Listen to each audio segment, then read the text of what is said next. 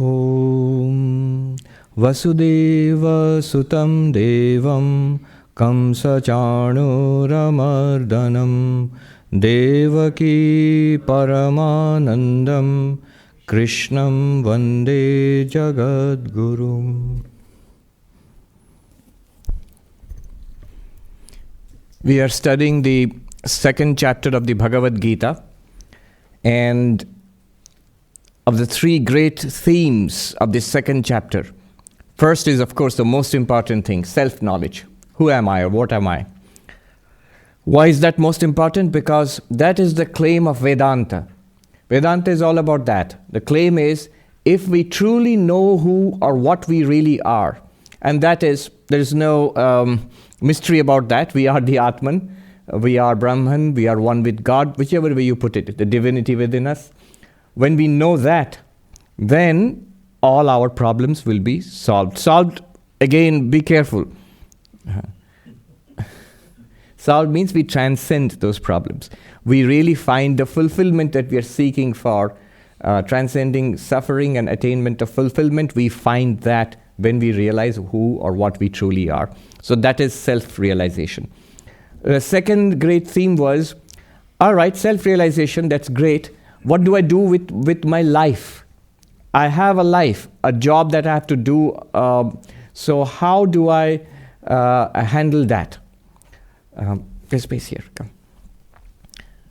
Karma Yoga is the second great theme of the Bhagavad Gita. How to transform our daily actions into spiritual practice. To convert our karma into Karma Yoga. And then the third theme, which is going on right now, Arjuna asked the question, what is it like to be enlightened? What is it like to be enlightened? How do I know that I'm enlightened? Or more realistically, how do I know that I'm progressing towards enlightenment? What are the practices that I should do in my life? These are all implied in his question. The actual questions he asked were four. What is it like to be enlightened? He says, what is the enlightened person like in samadhi, when it's absorbed in that ultimate reality within? What is it like? And three questions about how is it like, what is it like for that enlightened person when that person interacts with the world, with the rest of us. So basically enlightenment with eyes closed and eyes open. With eyes open, how does this person sit? How does the enlightened person speak? How does this person move around? It seems to be very simple questions, but as we saw last time, there are deeper meanings in each of these questions. Note the word used for enlightenment here. Neither Arjuna nor Krishna is saying enlightened. They're using a term, sthita pragya. Stabilized wisdom, settled wisdom. A very well-chosen term. Because as we proceed along the path of Vedanta, we very soon, if you put a little bit of attention to it and stay with it for a certain time, you will begin to get it. We have a feeling that, all right, I get it, what you're saying, and this is great, wonderful. So a beginning, a flicker of wisdom comes. But that's not stabilized. Immediately the question comes, and this question has come here so many times.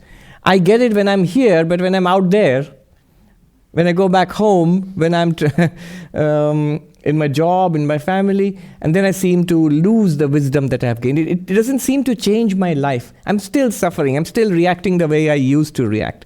So how can we make this wisdom stabilized? Sthita pragya. Pragya means wisdom. What wisdom? Wisdom about who we are. What I am the Atman. Sthita means, stairyam means stability. It doesn't come and go. You will not say anymore that I got it, but now I'm confused again. I got it, but when somebody was rude to me, I just lost it. I got it, but when somebody pulled in ahead of me and took the last available parking, I was deeply, deeply unhappy. So I cannot honestly say I am really at peace and quite happy. So stability. Once we have that stability, we will not complain in that way. In fact, we will not complain at all. As I say, One big problem of enlightenment is you lose the right to complain. Now, we were looking at Sri Krishna's answer, verses 56, 55, 56, 57. In 56, Sri Krishna uses a phrase, Vita Raga Bhaya Krodha. Those are books you can see in verse 56, Vita Raga Bhaya Krodha. What is it like to have this stability in wisdom? This person has transcended. Vita means transcended, gone. Not that the person has gone. What has gone is raga, this attachment, bhaya, fear and anxiety, krodha, anger. So this person has forever gone beyond these things. Now this is worth thinking about. Especially when we ask, how do I know that I'm progressing in spiritual life? These are the indicators. Ragaha. It's very important. Ragaha. Ragaha here, not the Bengali raga. Raga means anger in Bengali. Here raga means attachment. Attachment. From which comes viraga, detachment. Vairagya, the dispassion, which a monk is supposed to have vairagya, dispassion. That raga is attachment. So attachment, and is transcended attachment. Attachment to what? What kind of attachment? Attachment to persons and things and places, anything. And why do we have this? It's because we think, we feel, we don't think, we are sure. I am incomplete. There are places, those who have empty chairs next to you, raise your hand. Yes, so anywhere, you can just sit. Go sit. We feel that I'm incomplete and this person will make me complete. This job will make me much better, much happier than I am. This food or this place or whatever it is. Relationships, gadgets, accomplishments, ragaha. It's a very big factor in our life. And this becomes our project in life. Not one after another. This is the driving force of samsara. Two interesting places I lived in is Manhattan here, and before this was Hollywood. So the raga, the pull of the world, here somebody said in Hollywood you are successful if you're glamorous, if you have made it. I saw young people coming, and their whole thing is, how do I get into the movie industry? And some doesn't have to be an actor. It could be a script writer, something like that. And that's the goal. And the idea somewhere deep inside, there's nothing wrong with that, see. But the problem is, the deep inside is the expectation, if I get that, then I'll be fulfilled. I will be happy. No, unfortunately. So that is one. And here you're successful in Manhattan if you're rich. So the same kind of young person comes here hoping to make $1 million. Again, nothing wrong with that, except one thing. Underlying that is the deep feeling that if I get that, I'll be fulfilled. If I do not have that, I'm a loser. No, absolutely not. And how do you know? Evidence. We just simply ignore the evidence of our own eyes. Throughout history, just see the people you think who have made it, ask them. Are they happier that they have made it? Yeah, in one sense, yes. Are you fulfilled now what you expected? No, not at all. Now I want something else, or more of that, or a variety of that. Now I've got a film, now I want a second film. Now I want an Oscar, or something like that. I've got $1 million, now I want 10 million. That seems to be the next step. Rat race, ragaha. Somebody said, rat race, if you win the rat race, you're still a rat. And it won't let you get off the race, because you have the deep feeling, especially in this country, where it seems, it took me some time to understand, coming out from India, that it's bad to be poor. It's not.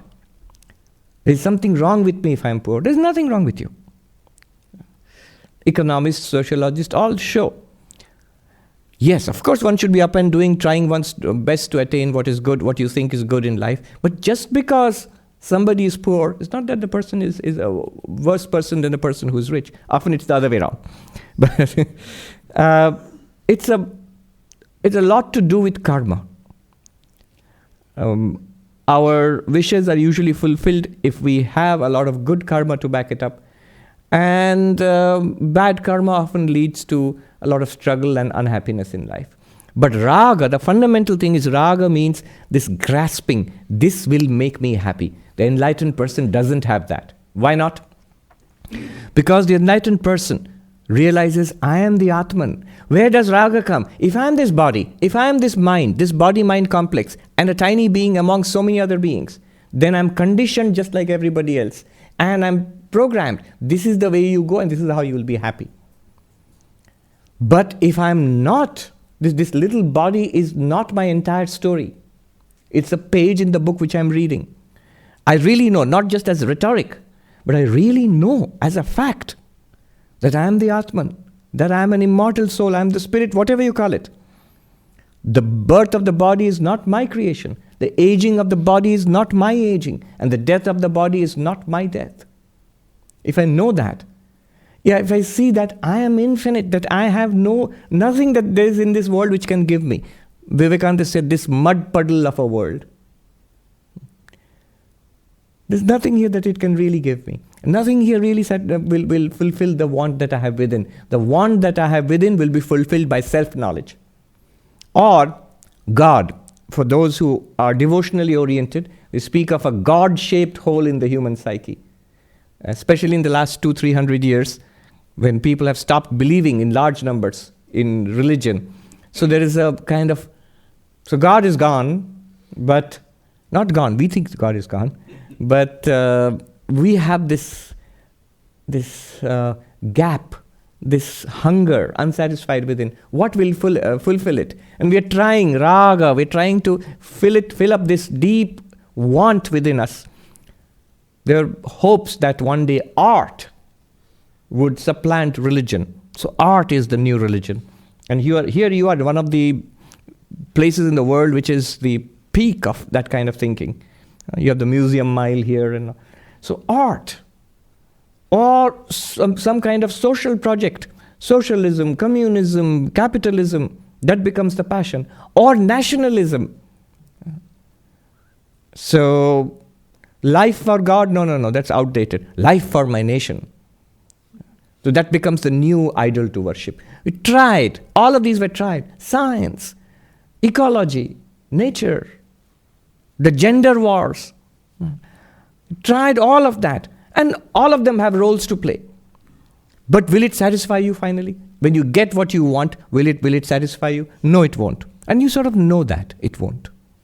It's just one more thing. So raga, the enlightened person doesn't have this.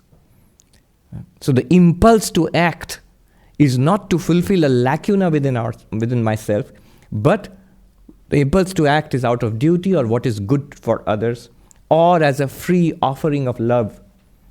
That's the enlightened person's perspective. Because we have this raga, the result is next bhaya, fear. Fear. What is fear? First of all, the things which will fulfill me. I have a fear of not getting it or a fear of losing it.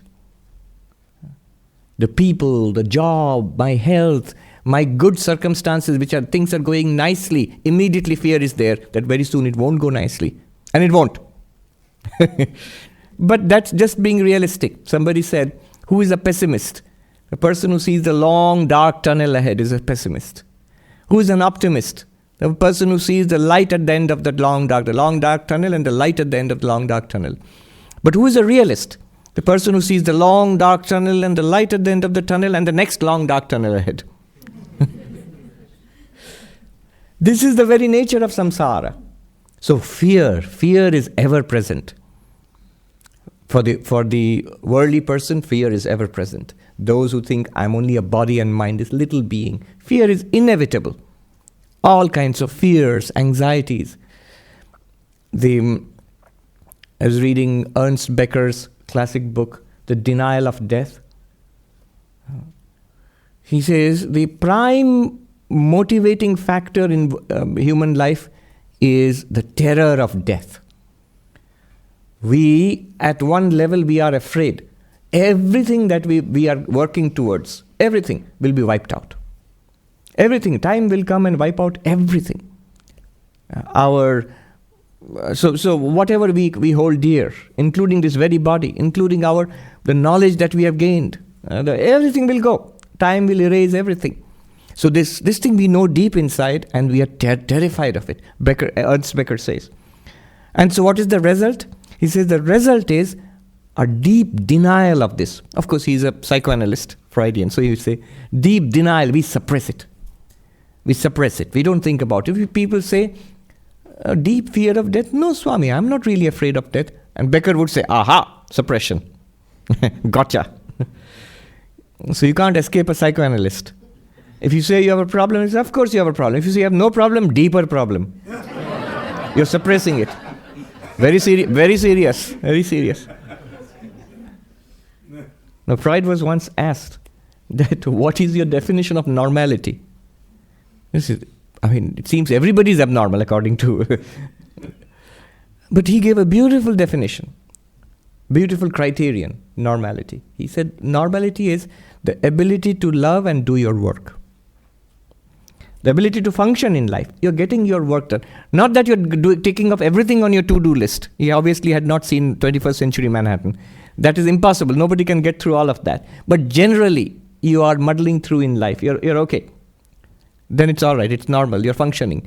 And to love means, can you relate normally with the people around you?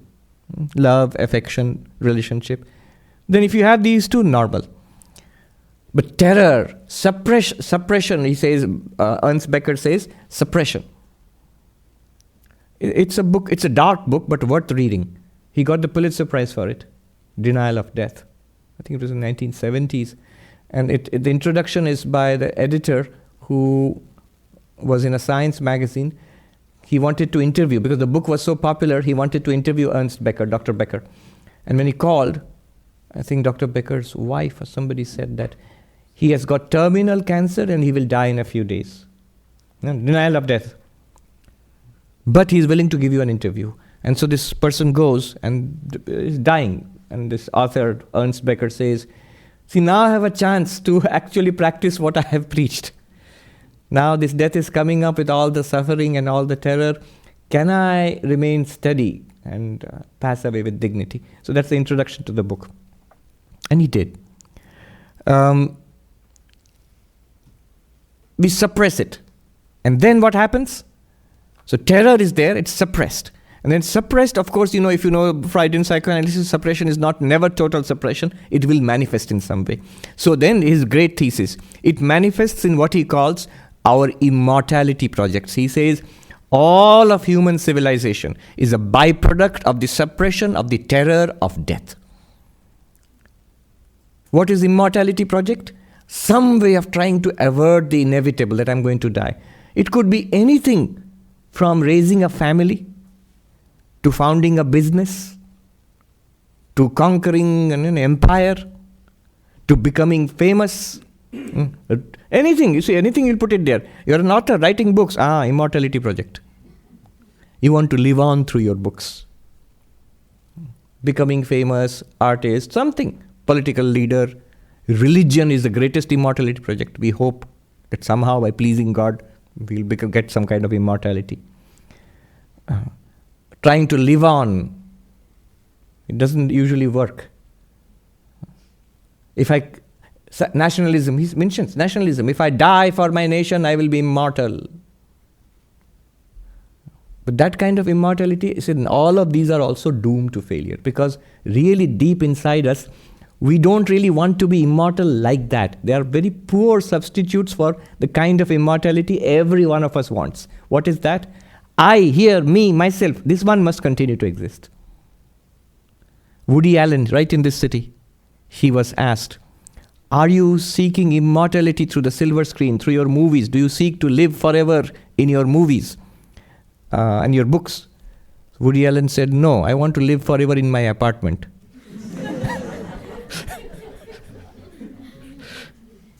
That is true. That's what people want. And this enlightened person has realized something which shows that we truly are immortal. Not just the enlightened person. All of us, we are.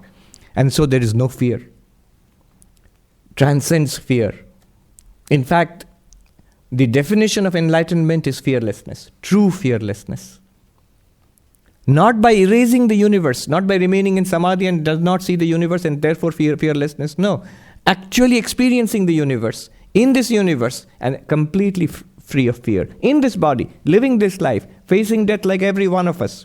One European duke asked Swami Vivekananda, what can you teach me? Vivekananda said, I can teach you how to die. Not the suicide kind of death. When we face our death, truly how to die. Bhaya. The Emperor Janaka, when he attained enlightenment, his master told him, Abhayam vai praptosi Janakaha. You have attained enlightenment, O Emperor Janaka. No, you have attained fearlessness, O Emperor Janaka. He did not say you have become enlightened. You have attained fearlessness. Vivekananda again and again kept on saying, be fearless, abhi, abhi. That is the practice and that is the result. Krodhaha, anger. Anger is a result of fear.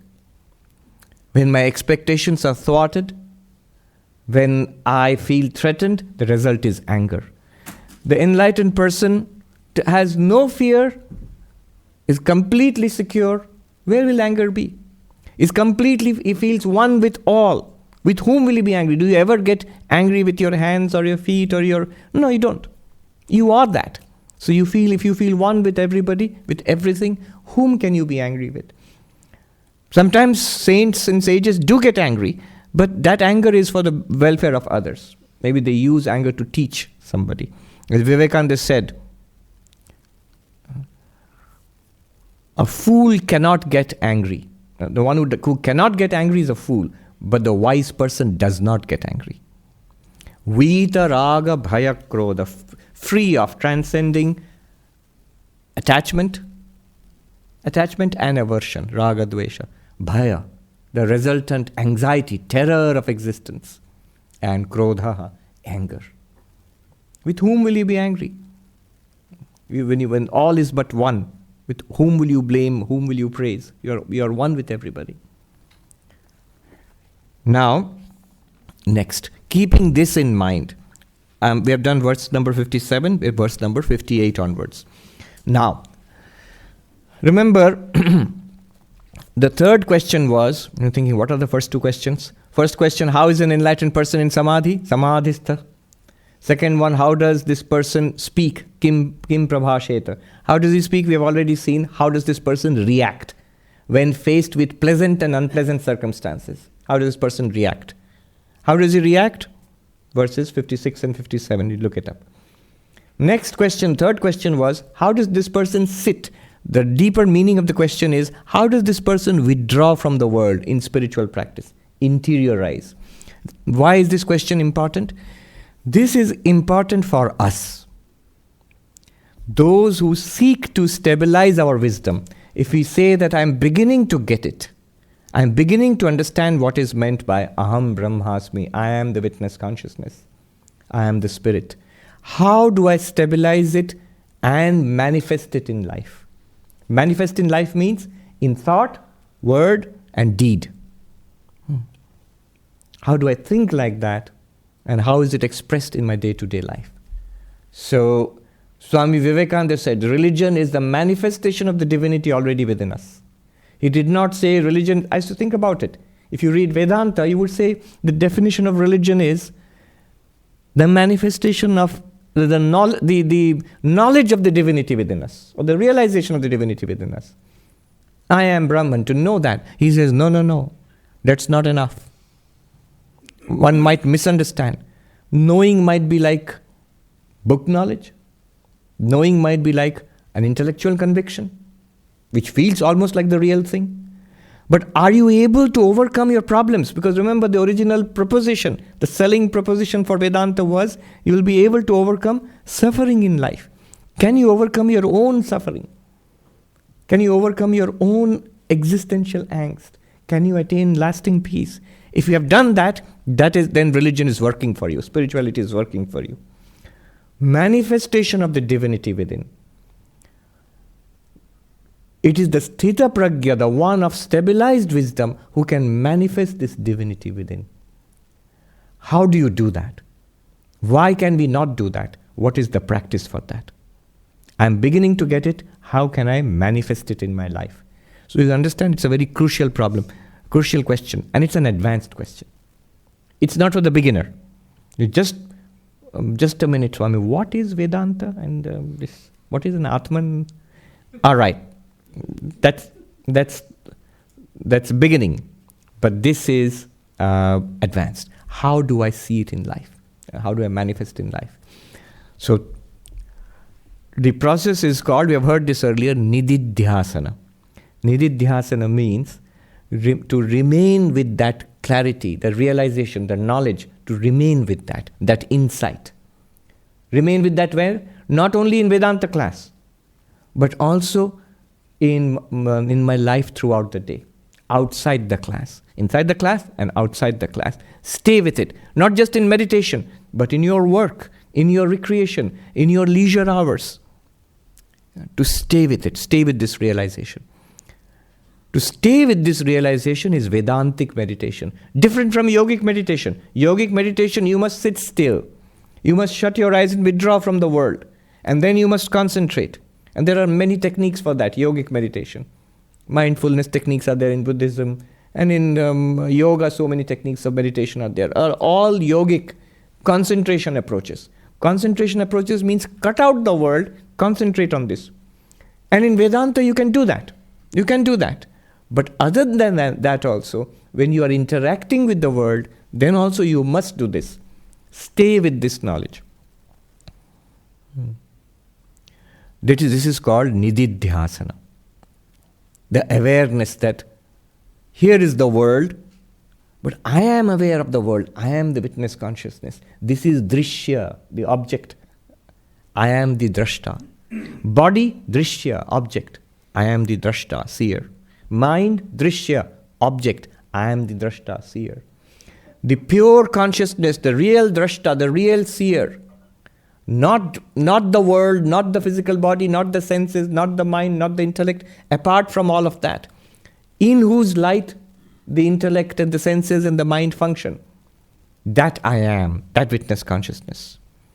The witness of the three states, not the waker, not the dreamer, not the deep sleeper, but I, the one pure consciousness, the pure subject, which appears as the waker and the waker's world, which appears as the dreamer and the dreamer's world, which appears as the darkness of deep sleep.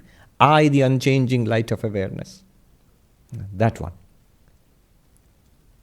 Not the 5 sheets of the personality. See, all these techniques, they lead to the same thing. The 5 sheets of the personality. Many of you know what I'm referring to, the different approaches in Vedanta. The Annamaya, food sheet, not this. The Pranamaya, the vital sheet, not this. The Manomaya, the mental sheet, not this. The Vijnanamaya, the intellect, which we are using right now, not this.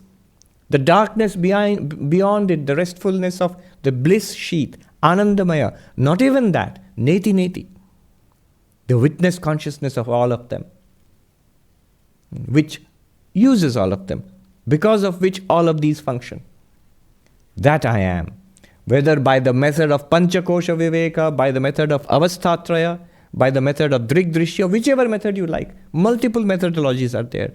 I am that, stabilize. Stay with it.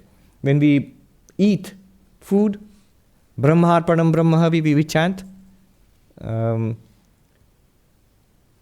Many people do not know. That is Vedantic Nididhyasana, Vedantic meditation. Many think it's a prayer for food. To chant it, then what do you do after that? You eat. No. You realize that you are Brahman. That is the point of it. What does it say? That what you are offering, actually the ladle by which you offer, Brahmarpanam, that is Brahman. the offering that you are making, that is Brahman. The paradigm is of the ancient Vedic fire sacrifice. So there's a fire, there's a priest, and the chanting of mantras, and the wooden ladle, and the ghee offerings, the offerings which are oblations put into the fire, and all this is going on. But what is Vedantic meditation? The ladle is Brahman, Brahmarpanam. The offering is Brahman, Brahmahavi. The fire into which I offer, Brahmagno, the fire is Brahman. And the one who is offering, Brahmanahutam. I too am Brahman, or the priest is Brahman, whatever you're saying. Brahmaiva tena gantavyam brahma karma samadhina. The one who can defy all action. Look at the difference between Vedantic meditation and yogic meditation. Yogic meditation, stop it. Don't start offering things into the fire. Sit straight, breathe like this, close your eyes, concentrate here. That is yogic meditation. Shut out the world. And it's very powerful. But Vedantic meditation is engage with the world. Look what's going on. And everything that is going on, in and through that, notice that one Brahman. So I am Brahman, I am the witness, I am the existence consciousness in which all of this is going on. Brahmarpanam Brahmavi. So this is Vedantic meditation, Nididhyasana. Now, I'm giving all this as an introduction.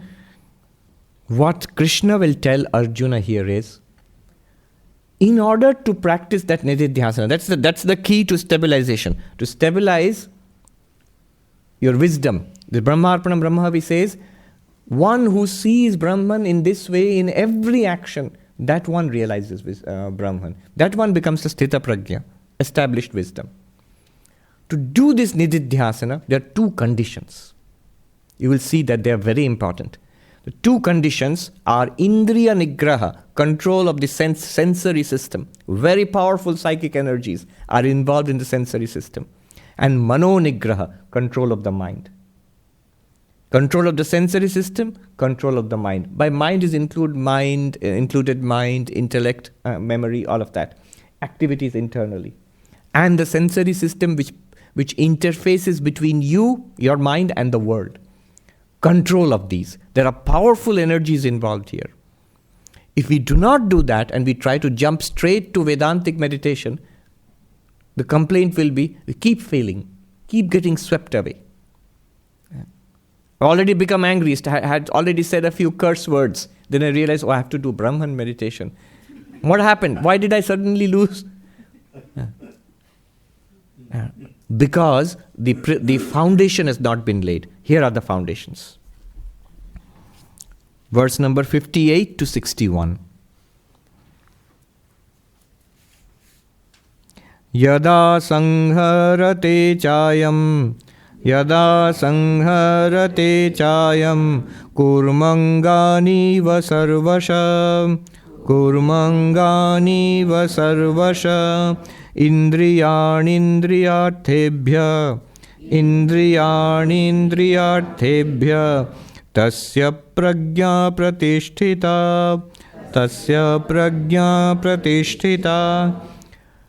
The one who can, the spiritual practitioner who can withdraw at will the sensory system from the several senses, the five senses from their respective objects at will. That person can practice Vedantic meditation. That person's wisdom is settled. Example, he gives a nice example here. Tortoise. A tortoise, the moment a tortoise is threatened, it is nicely crawling along the beach. The moment it feels scared, what it does is, it quickly, in a flash, withdraws its 4 feet and its head into the shell.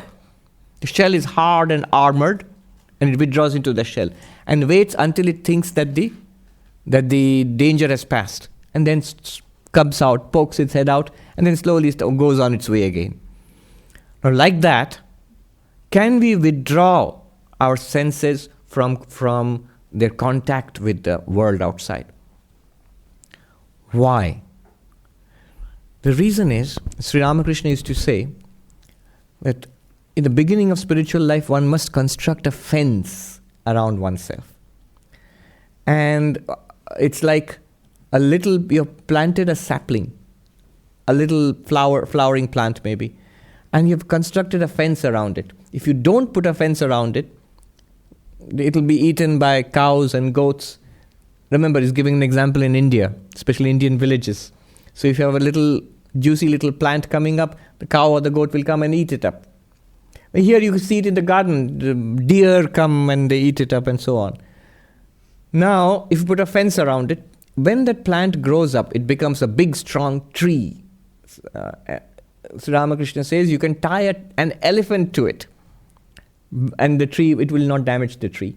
Similarly, in spiritual life, at the beginning, a fence is put around in your spiritual practices and allowing you to practice this Vedantic meditation. Shravana, Manana, Nididhyasana. Regular Vedantic study, inquiry, reasoning, and meditation. Stay with it and don't be disturbed. What are the cows and goats which might come and eat up the tender plant of Vedantic wisdom? They're doing it all the time. They are our own senses. These are very powerful. Eyes, the senses are the visual, the eyes, and their object is form. See. Ears, and their object is sound. Nose, and the object is smell. Skin, and the object is touch. Tongue, and the object is taste. Rupa, Rasa, Gandha, Sparsha, Shabda, Shabda, yeah. So 5. Rupa is form, Rasa is taste, Gandha is smell, Sparsha is touch, and Shabda is sound. Among them, most powerful, you see, hear, and also touch. Taste also.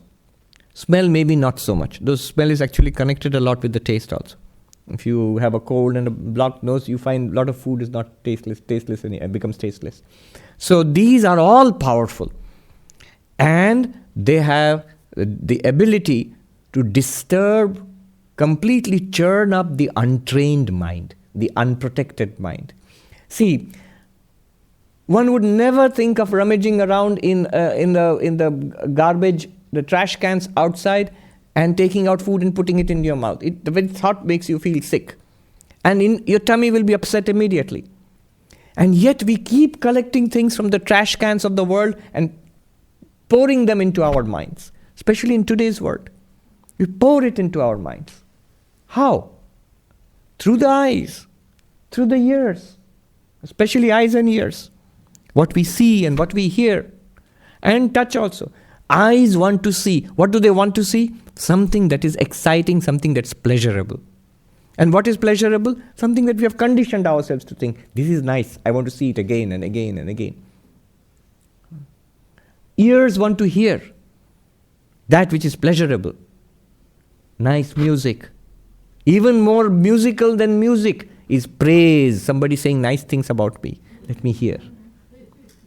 Even more spicy than praise is criticism. Criticism of another person? Oh, very nice to hear. Criticism of myself? Very annoying to hear, desperate, but we can't avoid it. We are drawn to it. What is that person saying about me? So object, things of the world, we want to hear. I know, see one monk under whom I was trained, once I was walking with him, and there were people around, students, and the usual path the Swami walked, that day he said, we will walk by this other path. I said, why? Those students there, they're talking about me. He could overhear. So he said, so the result is, I will not walk by that. I will not hear what they're saying about me. See, that control. I do not want to listen. I remember one of the biggest lessons early on in spiritual life I had. Not to convey rumors, to convey what telling tales? What is that? Gossip. So, there was a monk in the ashram which I had joined who was critical of the Swami who was in charge of the ashram. And then that's natural. One might say something or the other, but then this monk told me, I was new. I hadn't heard such things that you could actually, criticize the senior Swami and so on and so forth. I felt very shocked. And then I told another senior monk, this monk is saying bad things about our Swami. And this other senior monk did not like the first monk. So he immediately got something he said, come with me, you must immediately report it to the Swami. I was terrified. I'm the newcomer. I mean, that's a horrible situation to be in. So I was sort of willy-nilly dragged along to the office of the Swami, one who was in charge of the whole ashram, and whom I had the greatest regard for. The one great Swami, of course my Guru is, I've got my mantra diksha and all of that from Guru, and that's great. But my training in spiritual life, the stamp which comes from this Swami. And now I have to go for in front of him and carry tales about another monk. So this other monk says to me, tell him, Swami, hear what this novice has to say. Tell him what that monk said. So this monk has a project that I'm going to fix that guy. And I sort of mumbled out, he was saying about you. The moment I said about you, I got one of the worst scoldings of my life I've ever had till now. The moment I said, he said about you, the Swami said, stop. I don't want to hear this. Never ever do such a thing. Never carry tales about another person reported to other. Does he want you to tell me this? No. And he went on. I still remember. It's like vivid. And it's one of those times, if you love and revere somebody and suddenly you lose all standing with this person, you feel like you can melt and disappear into the ground. You'd rather vanish. He said, you have encouraged him. Why did he say such things? You have encouraged him. You are listening to him. You are behind all of this. He did it on purpose. He laid it on really thick so that I would never forget that lesson. And I never did. And the other Swami who had dragged me there, he saw that I was getting into trouble and the thing was not going the way he intended it to. And he said, no, Swami, he didn't want to come. Hey, you go, leave. Walk out, go. He didn't want it to go very, very far, because it could go far in the sense that I could be just thrown out of the monastery. So, and that was the senior Swami's way of teaching. One of the things he would quite freely say, oh, you have come to become a monk. You didn't come to become this. Leave outside the gate. So that was our terror, that we would be thrown out, and we all want to become monks and we wouldn't be allowed. I never saw him actually do that literally to anybody, but everybody was scared. So, hearing, I want to hear gossip about myself. Seeing pleasurable things, what I want to see. The senses run towards their objects. They run towards their objects. I remember one monk who had been in the mountains for many. He had gone from our monastery and he was in the mountains. He was doing meditation. So in those days, there was no internet or anything like that, or TV. The newspaper was the source of news. And he said he would go daily to a little shop where the shop owner, remember it's high up in the mountains, the shop owner would give him a glass of milk so that he would take for nutrition. So one day he had gone down from his hut to that little shop, and he sat down there on the rough wooden bench, and there was this other villager who had come with an old newspaper, maybe 3 or 4 days old, and is reading it. And this monk said, something drew me, like I'm drinking the milk and I looked this way. You may laugh at it, you don't know. You deprive your senses for some time, you'll see how much the hunger of those senses increases multiple times. I remember once I was very sick and I couldn't eat. If any food was given, I would throw up. Now it went on, I was on the IV for 15 days and had a very interesting experience. Body sick, unable to eat anything, even water, I just threw up. Now, in my dreams, I started dreaming about all the nice things I'd eaten. When I was a kid, I thought I'd forgotten those things. But see how deep they go. Now, The interesting thing is, it's not a hunger of the body. The body doesn't want it, can't take it. It's a hunger of the tongue, of the sensory system. The hunger is in the mind. The taste is in the mind, not so much in the body. And that's a great insight.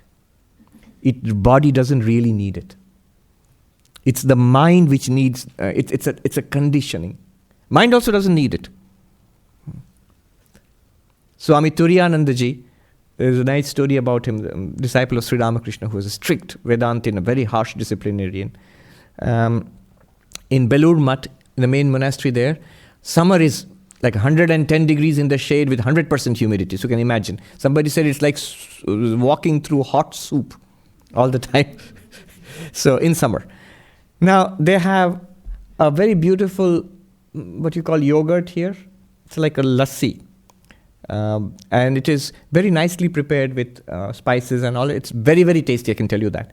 It's offered to the Lord in the temple, and the prasad, the sacred food which is offered. So every monk gets it by turn. So every summer, if you're a monk, you in the main monastery, you'll get it once. And so I've had it, I'll still remember the taste. It's really good. Now, maybe just because it's so scarce, maybe that makes it more tasty. Now there's a story. Swami Turiyananda, when he was there in the early days of the Belur monastery, it was his turn. Remember, he's a disciple of Sri Ramakrishna, one of the senior most monks. He's regarded as an enlightened person. So, but everything goes by rote there. So it was his turn. In the afternoon, the young monk comes with the glass, the delicious thing, and he offers it to him. And the Swami takes a sip and says, "Take it away." And the monk said, "Why, Swami? Isn't it good? Didn't you like it?"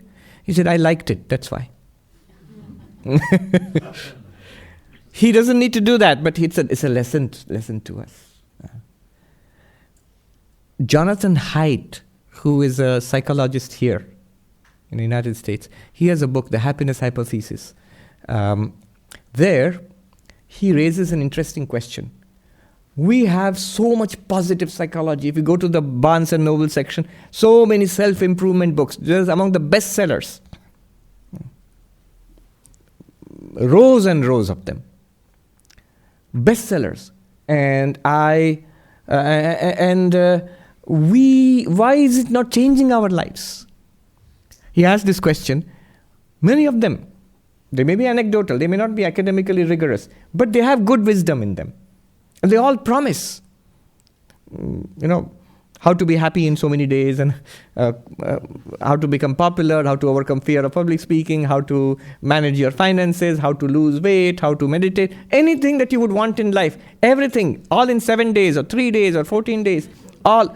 And lot of them, they'll give examples. It's worked for this, and this, that, and the other person. But why doesn't it work? Why are our lives not revolutionized by all this wisdom? Why not? It's not its fault. It has worked in some cases. So he gives an answer. And the answer is exactly what Krishna is saying here. He says there, he gives the example of the elephant and the rider. The elephant, Mahut is the one who rides the elephant. The Mahut decides, I will go there, and then guides the elephant there. But remember, it will work only if the elephant listens to the Mahut, because the elephant is much stronger than the rider. If the Mahut wants to go right, and the elephant sees a bunch of bananas in a shop in left, and the elephant wants that, there's no power that the Mahut can exercise which will make the elephant go right.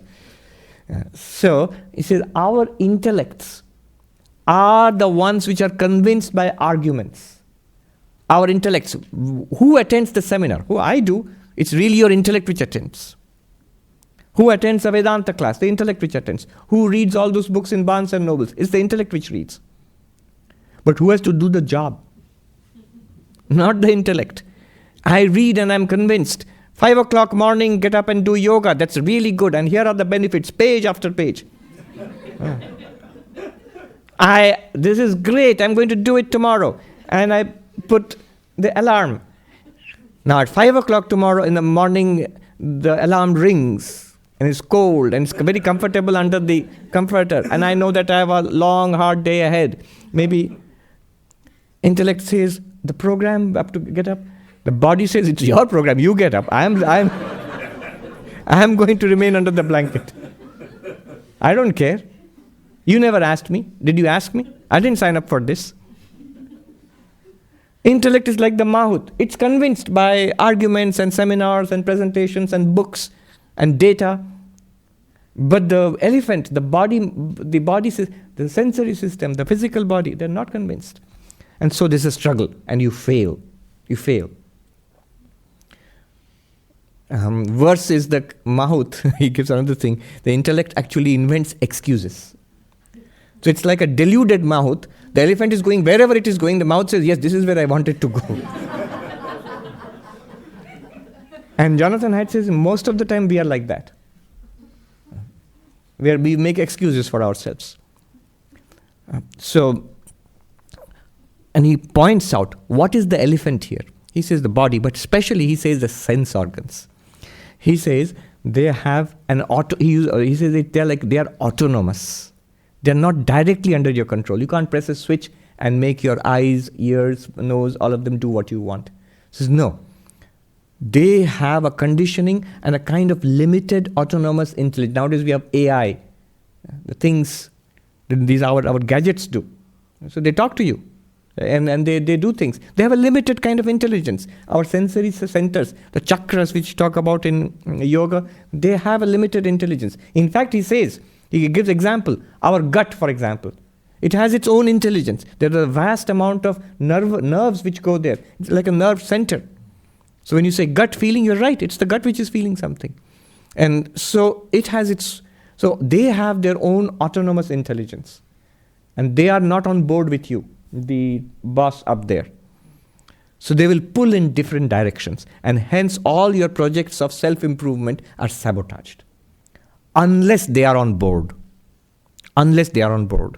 And he does not go deep into what can be done. He simply says, what does the elephant respond to? Not lectures, not books, not seminars or TED Talks. The elephant responds to only one thing, training. Elephant is a creature of habit. Can you give it good habits through training? That's what the mahout does. Through conditioning, trains the elephant. And training takes repetition. So what Krishna says, the sensory system is very powerful.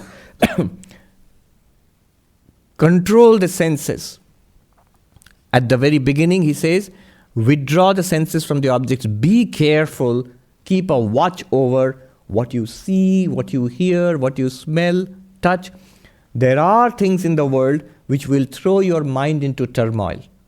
What kind of turmoil? Raga, dvesha, attraction, aversion.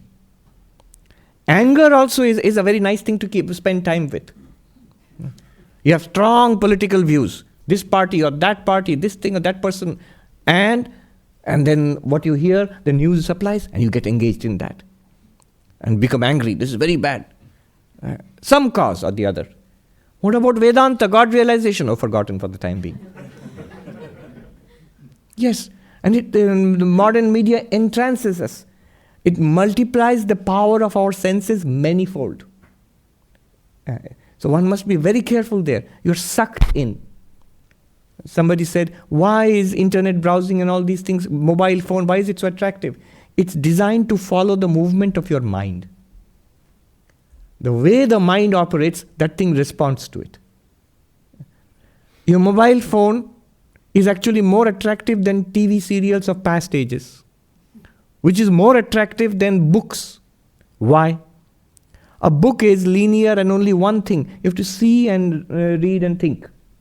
A TV gives you things to see, like a movement, sound, everything is shown to you. You don't have to think much.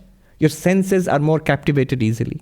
But even that is linear. You don't have control over the plot. But your phone or computer and all that responds to what you want. And that's exactly what we want to do. A mind is at ease, wandering around the way the mind wanders normally. It now wanders in digital, on the internet, in the World Wide Web. So one must be careful there. What I see, what I hear, what I touch, what can throw my mind into and engage it at other than Vedantic Nididhyasana. And sitting in Barnes and Nobles looking at books reading these two ladies. I sort of overheard. They were sitting next, and they're looking at a glossy book. You know what was the subject of conversation between them? Neither was less than 50. They must have been 50s, 60s.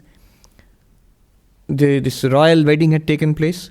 There's a glossy book on what this the lady who married the prince, Meghan Markle, yes, what she wore, the dress, and they're going on discussing about it, the dress.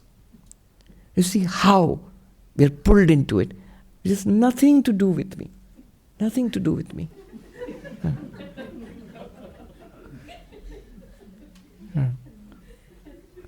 Another thing is arguments, big thing. Arguments. Never, if you're a Vedantic student, a spiritual practitioner of any kind, don't get into arguments about anything, especially about Vedanta. People become enthusiastic about Vedanta. First thing is, they'll try to pull in others, especially parents and children. Very nice, Swami. Can you do something for children? I said, no. First, you are interested, imbibe it, that will shine forth and that will do the best job for the children. If you want to, the first thing is they want to make their children enlightened before they are enlightened themselves. And then arguments. I'm trying to convince other people. You never will. Even if you win an argument, you have lost. The moment you get into an argument, the result is, one Swami joked. He said, argument is a fire which gives more heat than light. So it generates a lot of heat. Not so much light at all. So don't get into arguments. People become angry and worked up. And the moment you do that, if you sit in meditation, if you're a regular meditator, you will see the terrible effect of that on your mind.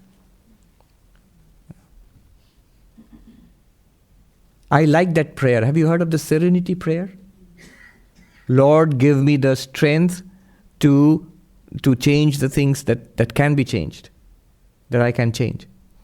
Give me the patience to bear those that cannot be changed. And give me the wisdom to know the difference between the two. Often we slack off where we can actually make changes and make our lives better. We avoid those because it's difficult to make changes. And we get very worked about things, national, international politics and things which we cannot do anything about really. No concern of ours. You may have an opinion, that's it. And we don't know the difference between the two. So, control of the senses.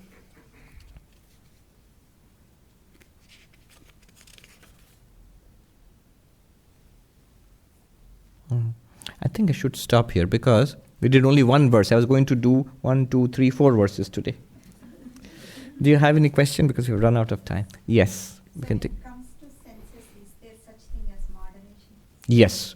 So what does control of senses mean? It means balance, moderation. Do I cut everything off? The Buddha tried it. And the result was, he found that if you deprive your senses intensely, he fasted so much that there are these sculptures of the fasting Buddha reduced to a skeleton, and the stomach is touching the spine. So it became weak.